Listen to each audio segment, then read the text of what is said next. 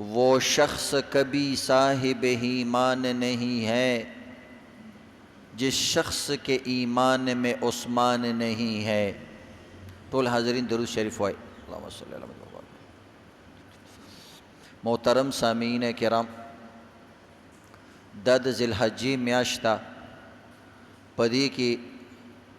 द नबी अलैहिस्सलातु वस्सलाम यो मुबारक और प नबी अलैहिस्सलाम बानी यो ग्रान और द नबी अलैहिस्सलाम यो मीनानाक सहाबी उस्मानी ज़िन्नूरैन रज़ी अल्लाह ताला अन्हो दागद शहादत अगा मौका पदी मैश के रागले दा। उस्मान रज़ी अल्लाह ताला अन्हो पुख्तनों के डेर मशहूर दे द खपल ग़िना द वजिना और द खर्च और द सखावत द वजिना द नुम सर द ग़िना दा लफ्स और गदगनी लफ्स दा द नुम ईसा गर्जेदले दा। संगे चे उमर रज़ी अल्लाह ताला अन्हो सर द फारूक लफ्स दा द नुम ईसा गर्जेदले दा। अबू बकर रज़ी अल्लाह ताला अन्हो सर द सिद्दीक़ लफ्स दा द नुम ईसा गर्जेदले दा। हालांकि दा द नुम न दे खुच सो के वही अबू बकर सिद्दीक़ वही दगरंगे अली रज़ी अल्लाह ताला अन्हो सर द मुर्तज़ा दा लफ्स ईसा गर्जेदा अली मुर्तज़ा दक्कशान द उस्मान रज़ी अल्लाह ताला अन्हो नुम सरा द गनी लफ्स गोया कि द नुम हीसा गर्जेदले दा। यानी चरता चे उस्मान यादीगी, चरता चे ग़िना यादीगी, सखावत यादीगी और द खल्क वर्कड़ यादीगी नो द उस्मान रज़ी अल्लाह ताला अन्हो नुम पकी खामाखा यादीगी। उस दा उस्मान रज़ी अल्लाह ताला अन्हो वली शहीद शवेरे और दा शान इज़्ज़तमंद द दी मुख्तसर शान दास्तान तासु ता बयानू चे सना से इंसान ज़हन की खबरी प्रती हुई और द उस्मान द सखावत या द्वदरे खबरी बयानू और दा शान इज़्ज़तमंद द उस्मान रज़ी अल्लाह ताला अन्हो शहादत सर मुताल्लिक़ यसू शुबहात ती पागा खबर बाने जान पोयो चे द उस्मान रज़ी अल्लाह ताला अन्हो मुखालिफत वली शुरू शो, बगावत वली शुरू शो और यो पकी इज़्ज़तमंदो यो गीला बयानो द उम्मतना और अगर गीला दादा द टोल न अवल दा गीला बयानो और अगर वजह दा इज़्ज़तमंदो प दुनिया के ढेर कसान द शहादत और द जुल्म चकल तस्कीर कीगी दागी खलक तस्कीरे कई खुसूसन इज़्ज़तमंदो द हुसैन रज़ी अल्लाह ताला अन्हो तस्कीर ढेर ज़्यादा कीगी और मंग अवतासो बे इज़्ज़तमंदो दल त दुकानों बंदीगी और लस रोज़ों पूरी किस्म ल छुटियानी हुई नो बेशक हुसैन रज़ी अल्लाह ताला अन्हो सरा द दुनिया पर जुल्मों की लुई जुल्म शवे ज़का चे द नबी अलैहिस्सलातु वस्सलाम न लुई शख्सियत दुनिया की नो प मखलूक़ातों के और द अग बची और द अगन वसीम द कायनात द टोलो पैगम्बरानो द नवसो और द बचों आला दी द अग पे द ज़मन औस्तासु द पैगम्बर किताब द टोलो पैगम्बरान द किताब ना आला दे ज़मन औस्तासु द पैगम्बर कले मक्का द टोलो पैगम्बरान द करी ना आला दा ज़गा मन हज लजुल त तवाफु न कऊ और दा शान इज़्ज़तमंदो द नबी अलैहिस्सलातु वस्सलाम द रोजी चिकम दी द टोली उम्मत द रोजी ना आला दी दगरंगी द नबी अलैहिस्सलातु वस्सलाम बचीन वसी द टोली दुनिया द बचो द ना आला दी खुदायो खबर अब सर बलम के द नबी अलैहिस्सलातु वस्सलाम यारान और सहाबा किराम द टोलु पैगम्बरानो द यारानो और द सहाबाओना द हवारीनो ना आला दी और द पैगम्बर यो सी ज़्यादा चे दा आला दे और पबल बानेस्तर के पटे दा खबरा सही खबरा न दा यो सड़े से चा सिपत की हुई मां दा टोल जमा वक्ते हो के सिपत यू की उस प्लाने पके खो खला कोई दा संग दे वक्ते तो पके खो के बिया इज़्ज़तमंदो के यो इंसान के सड़े खो की नुज़ खैर दे कवली शी इंसान दे कमज़ोर दे खो सरदार दो जहान नबी अलैहिस्सलातु वस्सलाम खो अल्लाह कामिल मुकम्मल रा ले गले दे द टोलो पैगम्बरानो सरदारी रा ले गले दे आदम अलैहिस्सलातु वस्सलाम पद खपल नसीबा ने फ़ख्र को इब्राहीम अलैहिस्सलाम टोलो पैगम्बरानो अल्लाह रब्बुल इज़्ज़त द मेराज पर मौका मानी द टोलो इमाम उगरजाओ ना टोलो तपतो ले द टोलो सरदार दादे नो दक्करंगी इज़्ज़तमंदो नबी अलैहिस्सलाम सर चे मुताल्लिक़ सुमर सीज़ुन दी अगर टोल आलाई और पागी के द टोलो नज़ियात सहाबाए किराम दी और इज़्ज़तमंदो او په صحابه کرامو کې بیا څلور صحابه د ټولو نه اعلی دي، ابو بکر صدیق او عمر فاروق او عثمان ذی النورین یا عثمان غنی، او څلورم نمبر حضرت علی مرتضی رضی اللہ تعالی عنہ یا حیدر کرار یا د الله تلوار. دا څلور صحابه کرام دا په نبی علیہ السلام ډیر ګران دي. دا یاد لري عزتمندو موږ کوم چې کوم څیز لم فضیلت ورکو د درې وجو نه ورکو. یو څیز چې اعلی کیږي د دینی اعتبار سره هغه د درې وجو نه اعلی کیږي. یو د الله د وجې نه چې الله سره د کوم څیز نسبت راشي، لکه اوس ګوره دا کور دی بیت الله، د دې دیوالونو د بار مارکیټ دیوالونو یو شان دي، خو هغې ته موږ بازار وایو، دې ته د الله کور وایو. دا ټیل بار هم لګېدلی دی، خو عزتمندو دې ته موږ د الله د کور ټیل وایو، د دې عزت کوو. ګوره د دې نسبت الله سره راغلی دی. نو بهرحال مونځ عزتمندو ښکته کېدل پورته کېدل دي. یو سړی ورزش کوي هغه هم ښکته کېږي پورته کېږي، خو نه دا د الله دپاره دی، د دې حیثیت جدا دی. دغه شان عزتمندو یو سړی بیمار دی، لوږه تنده تیری، نو دا هم لوږه تنده ده. یو سړی الله دپاره روژه نیسي، د دې بیل مقام دی. نو د الله د وجې نه بعض څیزونه اوچتېږي، بعض څیزونه د رسول الله د وجې نه اوچتېږي، او بعض څیزونه د کتاب الله د وجې نه اوچتېږي. څیزونه د درې وجو نه اوچتېږي، یا الله یا رسول الله یا کتاب الله. نو اوس عزتمندو کوم سیستم چې موږ ګورو چې دا اوچت دی که نه، د درې څیزونو ته به ګورو. نو ټولو صحابه کرامو په الله باندې ایمان و، ټولو صحابه کرامو نه الله راضي و، ځکه د الله په خپل کتاب کې په خپله ویلي رضی الله عنه ورضوا عنه. الله هم ترې راضي دی، دوی هم د الله نه راضي دي. دواړه سایډونه الله بیانوي چې څوک د بل طرف ته چېرته کار راونه باسي چې ښه ده الله خو ترې راضي و دوی ترې راضي نه و، یا دوی ترې راضي و خو الله ترې راضي نه و. الله وایي رضی الله عنه ورضوا عنه، دوی هم د الله نه راضي او الله هم د دوی نه راضي. یعنی د دواړو طرف نه مینه محبت برابر و، دونوں طرف سے آگ برابر لگی ہوئی. وایي د دواړو طرف نه چې کله اور بلی نو بې لمبې زیاتي، د دوو طرف نه چې کله مینه دا مینه زیاتی. یک طرفه مینه کمی، دو طرفه مینه زیاتی. نو بهرحال د قرآن پاک آیاتونو ته ګوره د صحابه کرام او دغه د نبی علیه السلام سره چې د چا حیثیت راځي، لکه اولاد رسول، امهات رسول، بنات رسول، ازواج مطهرات رسول، بیبیانې میاندې، دا ټول اوچت خلک دي.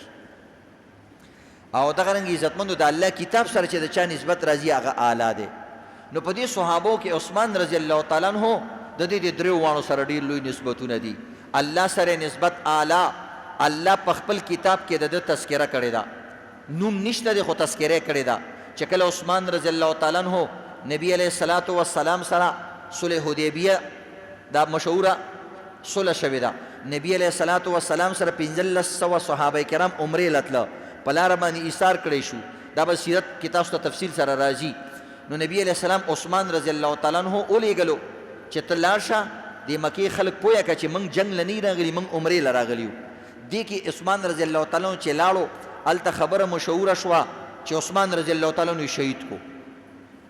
نو نبی علیه السلام ډېر سخت غوسه شو. نبی علیه السلام صحابه کرام راجمع کړه، نو دا بیعت وشو، لاسنیوی وشوه. نبی علیه السلام د ټولو صحابو نه لاسنیوی وکړه. د نبی علیه السلام زمانه کې به لاسنیوی کېدو دې ته بیعت وایي. کله به په عملونو باندې کېده، لکه دروغ به نه وایو، وفاداري به کوو، فرمانبرداري به کوو، دې ته ویل کېږي بیعت بالاعمال. او کله په ایمان باندې به کېدو، کله به په جهاد باندې کېدو. دا بیعت د حضرت عثمان رضی الله تعالی په مرګ باندې شوی. نو الله رب العزت قرآن کې تذکره کوي، لقد رضی الله عن المؤمنین اذ یبایعونک تحت الشجره. وی زما مؤمنانو یاد لرئ، زما الله عثمان خو سکې چې د عثمان د پاره کوم صحابه نه جمع شو او زما د پیغمبر په لاس کې لاس ورکړو، یبایعونک تا سره بیعت وکړو. لقد رضی الله عنهم، الله د عثمان د پاره چې کوم صحابه نه جمع شوي هغه ټولو نه راضي شو. الله د هغه کسانو تذکره وکړه. نو پته لګېږي چې د چا د پاره دا بیعت شوي د هغه نه به الله څومره راضي. اوس تاسو ټول را جمع شوي یو جلسې له یو ځي له، نو خلک ویل لکه زه ډېر نری یم جلسې له را جمع شوی یم، خو چې د چا دپاره را جمع شوي اصل مقام خو د هغوی. نو بهرحال عزتمندو الله په خپل کتاب کې د عثمان رضی الله تعالی عنہ تذکره کړې ده. حالانکه عثمان رضی الله تعالی عنہ مړ نه و، او شهید شوی نه و الله ته خو پته وه خو الله ته د مسلمانانو دا عمل دومره خوښ شو چې زما یو ګران د پیغمبر صحابي دپاره دا خلک راجمع شو دوی ته پته هم نشته دی چې مړ شوی دی دوی ته پته هم نشته چې شهید شوی دی ژوندی دی سړی خو د دې خلکو دا عمل الله ته دومره خوښ شو د عثمان رضی الله تعالی د وجې نه چې الله خپل کتاب کې د هغې دپاره آیتونه نازل کړه یعنې الله دا هم ویلی شو چې په آرام کښېنئ هغه شهید نه دی او بس ضرورت نشته خو نه الله موږ او تاسو ته د هغوی د صحابو د عثمان رضی الله تعالی سره مینه ښیي حالانکه صحابه ویلی شو نبی علیه السلام ته چې یا رسول الله موږ خو جنګ له نه راغلي موږ خو عمرې له راغلي یو موږ سره پوره ساز و سامان هم نشته دی او تاسو موږ ته وایي چې په جهاد باندې وکړه چې د عثمان رضی الله تعالی عنه بدله به اخلو نو موږ خو جنګ له نه راغلي زه خیر دی لاړ به شو بیا به تیارۍ سره راشو جنګ به وکړو یو صحابي نه دی ویلي دا عثمان رضی الله تعالی عنه په صحابو دومره ګرانو یو صحابي نه دی ویلي چې بیا به راشو حالانکه ویل جایز هم ځکه چې جنګ له ته نه تللی او تا ته یو مشر وایي چې جنګ کوو ته وایي جي بیا به راشو لږ تیارۍ سره به راشو دا ویلی شي سړی جایز دي ناجایز نه دي خو یو صحابي نه دی ویلي ځکه خو الله رب العزت وایي دې ټولو نه زه خوشحاله شو دا لوډ سپیکر ډېر دغه نه کوي آواز یې دغه نه چابي روان نو بهرحال عزتمندو نو د عثمان رضی الله تعالی عنہ تذکره الله کړې ده نو ما درته ویلي چې چا الله سره نسبت راشي دغه درجه اعلی شي چې د کانو درجه اعلی کیږي نو د انسانانو درجه به څومره اعلی ځکه دا دنیا الله انسان دپاره پیدا کړې ده او جنت یې د انسانانو دپاره پیدا کړی دی د کانو سره د الله دومره واسطه نشته بس خالق مخلوق بس بیا ختمیږي قصه ختمه اصل خو انسان دی او د عثمان رضی الله تعالی عنہ تذکره په قرآن کې مراله او د عثمان رضی الله تعالی عنہ تذکره په دې یو آیات کې رسول الله سره مراله ځکه الله پیغمبر ته وایي تا نظر عظیمه ستا صحابو نظر عظیمه ته چې د عثمان دپاره کله تا بیعت وکړو بیا عثمان رضی الله تعالی عنہ نو په جنگ بدر کې نبی علیه الصلاة والسلام د عثمان رضی الله تعالی عنہ ایثار کړی د نبی علیه السلام لور بیماره وه ویل ته دته ایثار شه نو نبی علیه السلام بیعت کو بیعت یې کو لاسنیوی کول هلکه لاسنیوه عثمان رضی الله تعالی عنہ نو وایي هی عثمان نشته زما زمګې نشته دومره لویه غذا ده وایي یاد لرئ نبی اسلام خپل لاس راواغستو ویل دا د عثمان لاس دی او دا زما لاس دی او نبی اسلام خپل لاس په خپل کې کېغوستلو او نبی علیہ السلام گویا کې د عثمان بیعت په خپل لاس مبارک باندې وکړلو دومره نو نبی علیہ السلام سره د دومره تعلق دومره زیات تعلق خو عزتمندو د ټولو نه مظلوم شهادت چې په صحابه کرامو کې شوی دی دا د عثمان رضی الله تعالی عنہ دی اوس د دې دلیل څه دی چې ولې مظلوم دی په دې باندې ځان پوه کوي ځکه دلته لس ورځې موږ چوټي کوو دا موږ ته پته ده چې حسین رضی الله تعالی شهید شوی دی بالکل شهید شوی دی لویه مرتبه ده د چا په ایمان کې چې حسین نه د ایمان کې فرق دی د چا په ایمان کې چې صحابه کرام نه د ایمان کې فرق دی د چا په ایمان کې چې قرآن نه دغه په ایمان کې فرق دی دغه څیزونه دي موږ سره اوس وکنه الله رسول او کتاب الله صحابه کرام موږ سره هم دغه څیزونه دي دا ټول دین زمونږ هم د دوی نه راغلی دی موږ ته را رسېدلی دی او ورپسې امامت به دقه څلور پنځه څیزونه دي موږ سره او د دې نه زمونږ دین جوړ شوی دی نو بهرحال ګیله په دې ده چې د عثمان رضی الله تعالی عنہ تذکیري دومره نه کېږي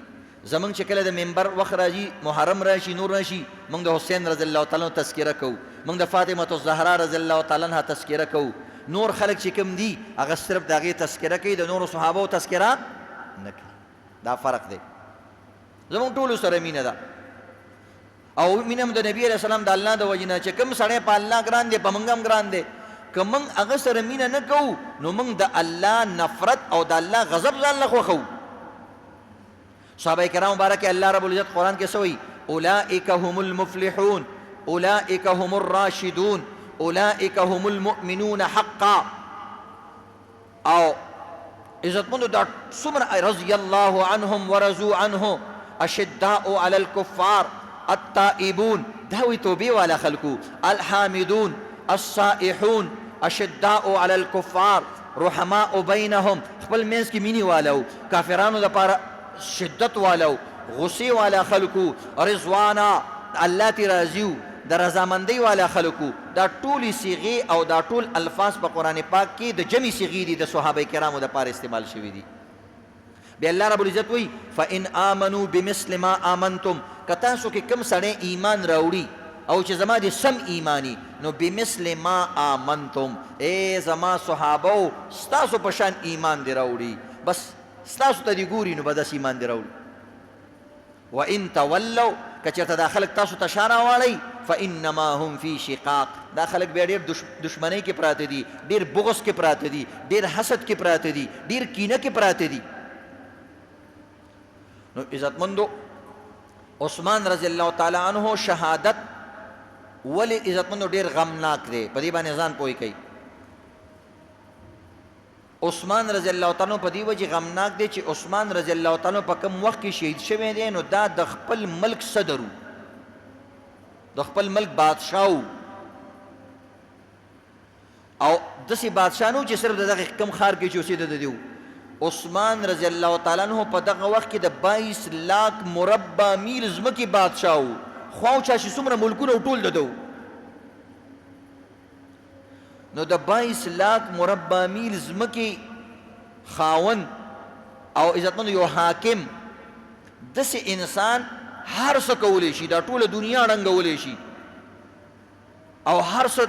تتر بتر کولی شي خو عثمان رضی الله تعالی عنہ خیر دی زه دې شهید شمه خو مسلمانانو کې د فساد جوړ نشي نو دا ډېره د عزتمندو او دغه رنګې حسین رضی الله تعالی عنہ شهید شوی دی خو هغه سره خلافت او بادشاهت نو بادشاهي وخت چې په یو ځای کې مړ شي یو سړی رعایه کې هغه مړ شي او یو بادشاهي وخت مړ شي ټول خلک ویل لکه بادشاه په خپل ملک کې خلکو ووجلو دا څومره ناشنا خبرې ځکه هغه سره فوج وي پولیس وي د هغه پیرادار خلک وي هر قسمه خلکو سره وي او هغه بیا هم مړ کېږي نو پته لګېږي دا ډېر غټ ظلم شوی دی دویم نمبر دا عزتمندو حسین رضی الله تعالی عنہ جنگ دپاره میدان ته اوتی و کربلا ته تللی و خلکو ایثار کو ویل مزه او ویل نه بس اوس چې هر څه کېږي بس اوس بیا کوو بیا چې لاړو کربلا ته نو بعضو کسانو ته واپس شه بیا ویل واپس کېږم خو بیا دوی نه پرېغوستو نو سړی چې جنگ ته وځي نو جنگ کې خامخا مړه کېدل زخمی کېدل خو شته که نه چې ته یو څیز غواړې او ته ورته یو څه دپاره او عثمان رضی الله تعالی عنہ جنگ دپاره نه دی وتی او بیا مړ شوی دی جنگ یې نه دی کړی او جنگ یې کولی شو ګټلی هم شو ځکه ټول ملک د ده دی ټول فوج د ده دی هر څه د ده دي خو دې کې به مسلمانان هم ډېر مړه کېدی او هغه نور کسان چې کوم وو هغه به هم ډېر مړه کېدی یو افراتفري وه بل د حج ورځې وې دا میاشت وه نو عزتمندو 18 ذیالحجه وه یعنې د اختر 8مه ورځ وه په 10 ذیالحجه باندې اختر ختم شي او دغه عزتمندو اختر شروع شي او دغه رنګې د اختر چې کوم دی 8مه ورځ وه نو دې طریقې سره عزتمندو میدان ته نه دی وتی او بیا هم شهید شوی دی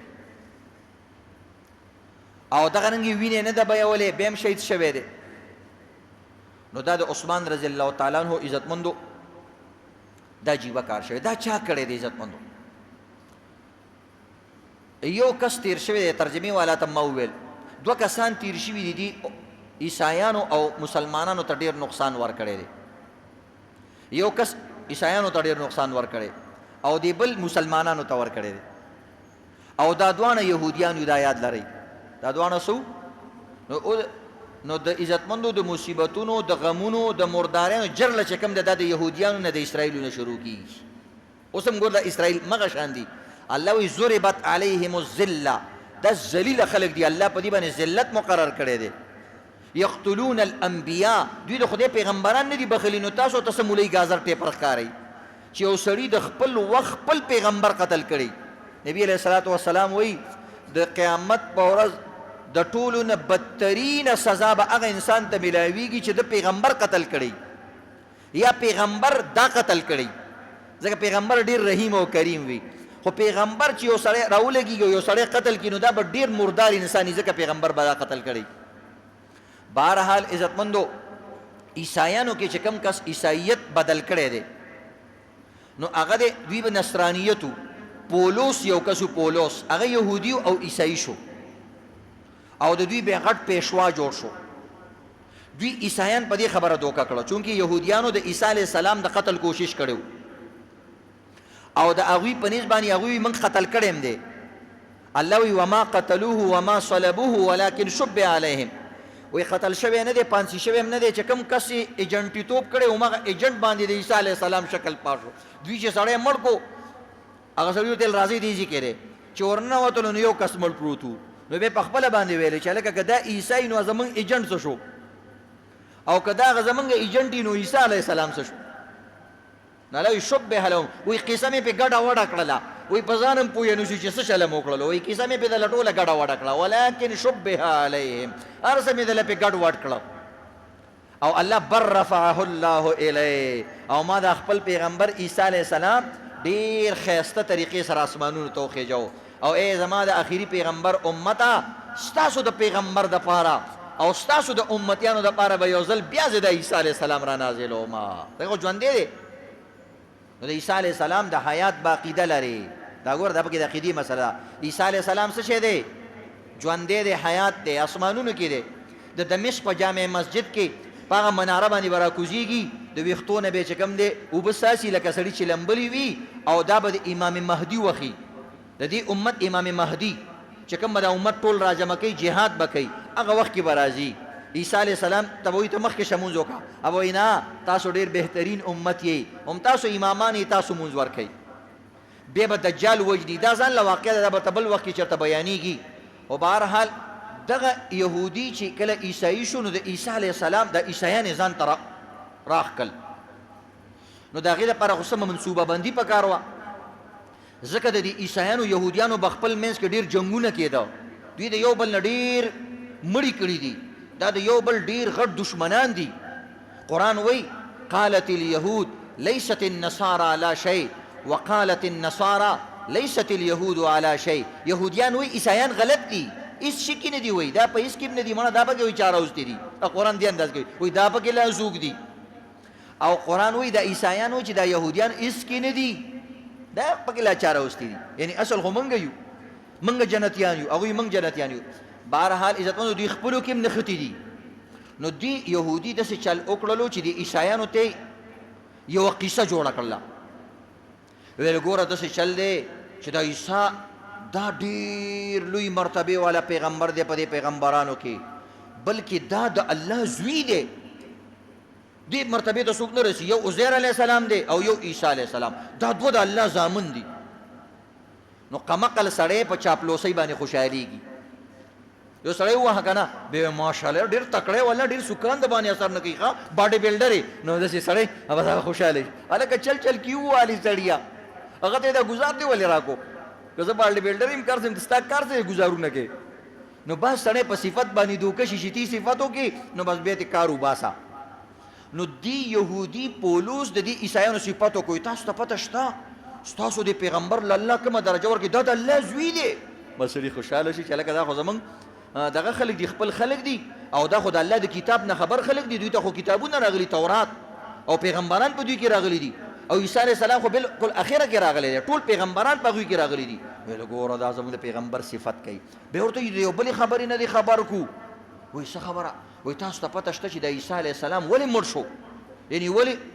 مړ کړی شو نو دا خو دوی مړ کړی د هغوی په نسبت باندې د هغوی د خبرې مطلب مونږ خو یو اسمان ته اوچت شوی دی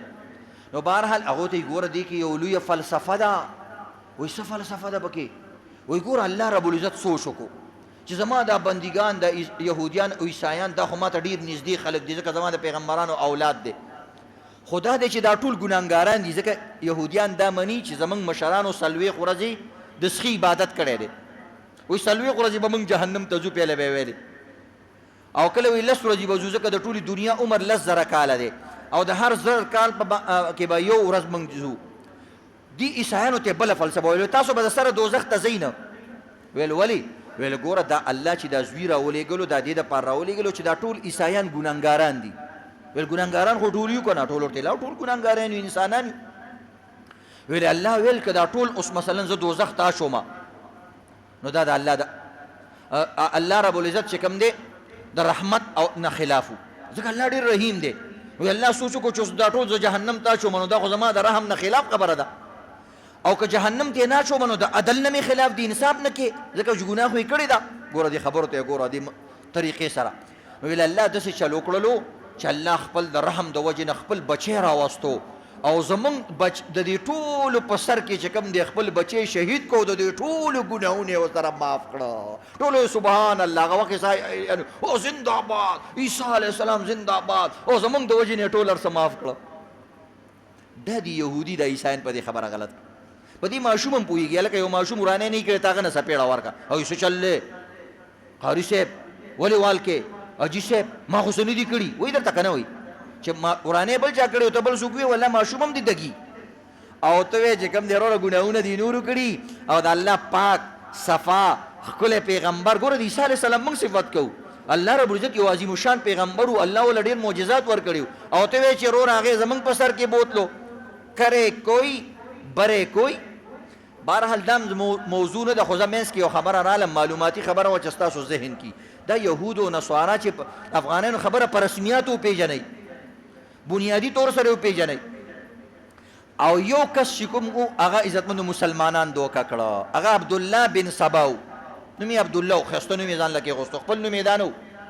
او عبدالله بن سبا دا نوم یې ځان له دا نوم یې کېغوستو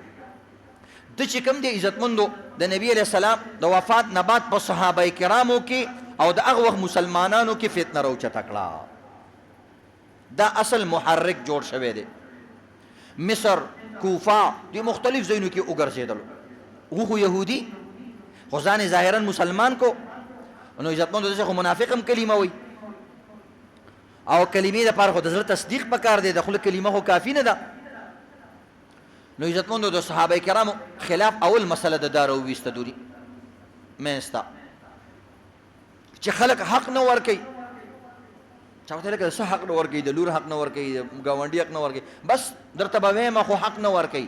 امانت کې خلک خیانت کوي هلکه کوم امانت کې خیانت کوي مصر کې بادشاه ونیو هلکه هغه ویل که ما یادوي ویل څوک امانت کې خیانت کوي ویل نه جي دا خو هسې به تا ته چا خبر را رسولي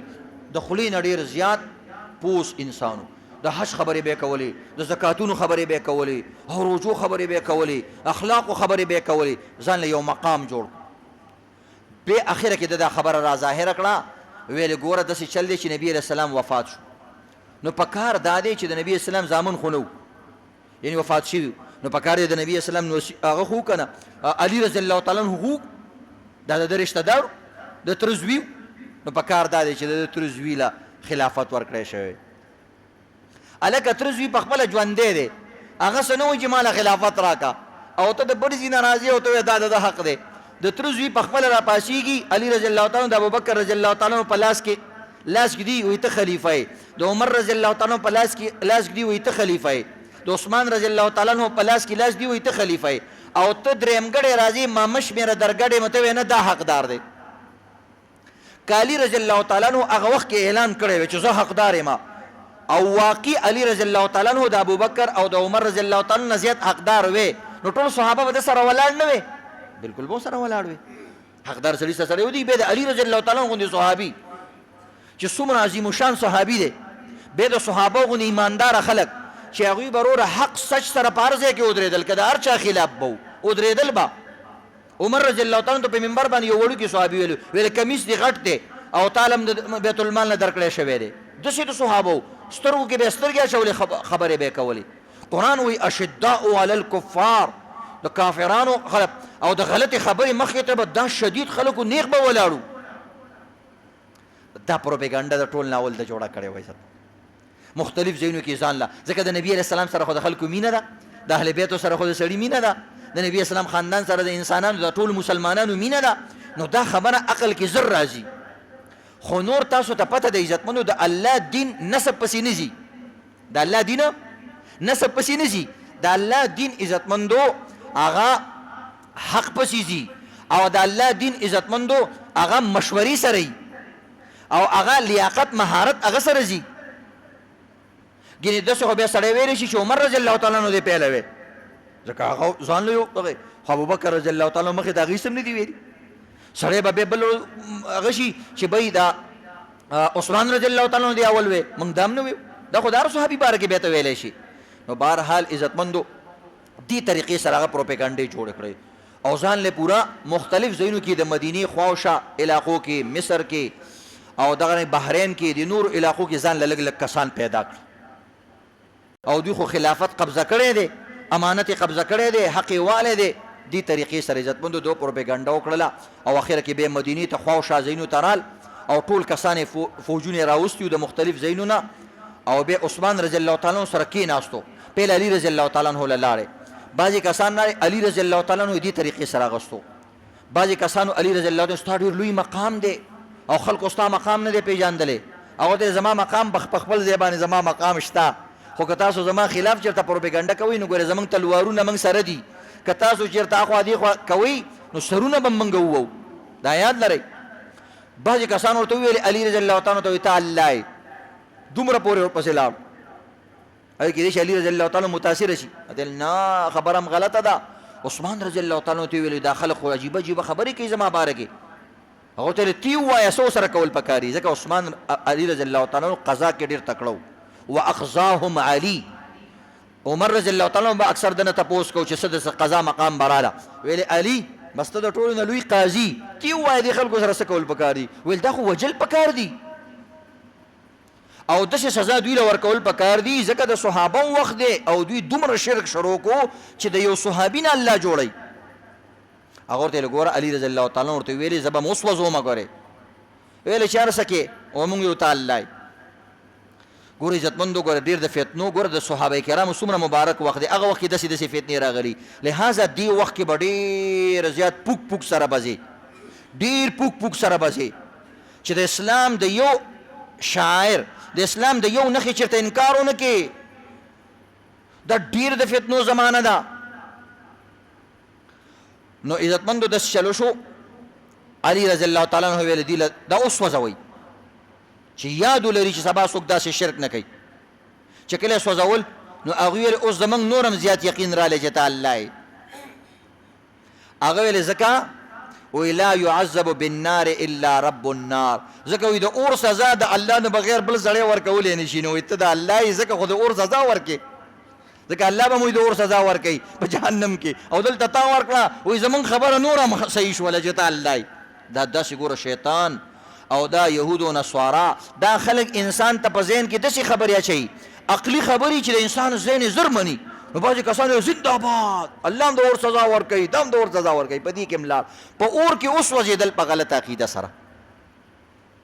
نو چې د صحابه کرامو دور د عزتمندو داسې خلک پکې ګمراه شوي دي، دا کومه زمانه د عزتمندو.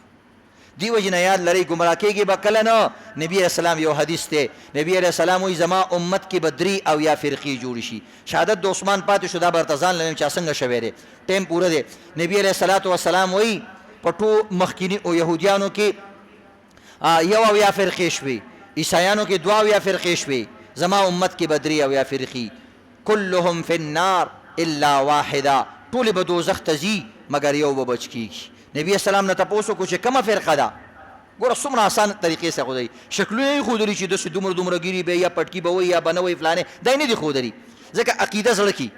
نو نبی علیه الصلاة والسلام وایي ما انا علیه و اصحابي، څوک چې زما په طریقه باندې نبی اسلام ځان یادوي، یعنې سنت طریقې کوي. نو بس په دې وخت کې سوچ کوه څوک سنتونه کوي، څوک سنت طریقو زیات چې کم دی عزتمندو هغه کوي پابندي کوي. بس سړي ته یو سړی چې پېژني یو سنت طریقه ورته مخکې درته وایي مړه سنت دی، نو پته ولګېده دا په خپله هم سنت دی. د پیغمبر د سنت طریقو سره مینه نشته، ځکه نبي اسلام وایي جنت والا فرقه به کوي چې سنت طریقې. یو انسان نه کوي خیر دی، یو ځل نیم ونه شوفلی هېڅ خبره نه ده، خو عزتمنو سنت مړه کو ودې کو ودې کو نه دی کو نه دی کو، نو دا الله بیا راوستي څه دپاره دي. الله وی وما آتاکم الرسول فخذوه، زما پیغمبر چې تاسو ته څه وایي هغه ونیسئ. وما نهاکم عنه فانتهوا، څه چې درته وایي چې پرېږدئ هغه پرېږدئ. نو دا د قرآن آیات دی، د سنت طریقو بیان په قرآن پاک کې شوی دی. نبی اسلام وایي زما طریقې په دې وروسته غاښو علیکم بالنواجس، قرآن او سنت په دې وروستني غاښونو د جامې په غاښونو باندې ونیسئ. یعنې چې د جامې غاښ کې چې یو ځل یو څیز ونخلي بیا نه خلاصېږي، یعنې داسې مضبوطۍ سره ونیسئ چېرته دغه ونه کوي. او څوک چې زما طریقو سره مینه کوي کان معی فی الجنه، قیامت پر ما سره د ټولو نه نږدې. دویم و اصحابي، زما د صحابو په طریقه باندې. نو چې کوم خلک هم پېژنې او چې دا څنګه خلک، ځکه فرقې به هر ټیم کې راځي. زه ورته د یو صحابي تذکره کوه، معاویه رضی الله تعالی عنه څنګه و، علي رضی الله تعالی عنه څنګه و.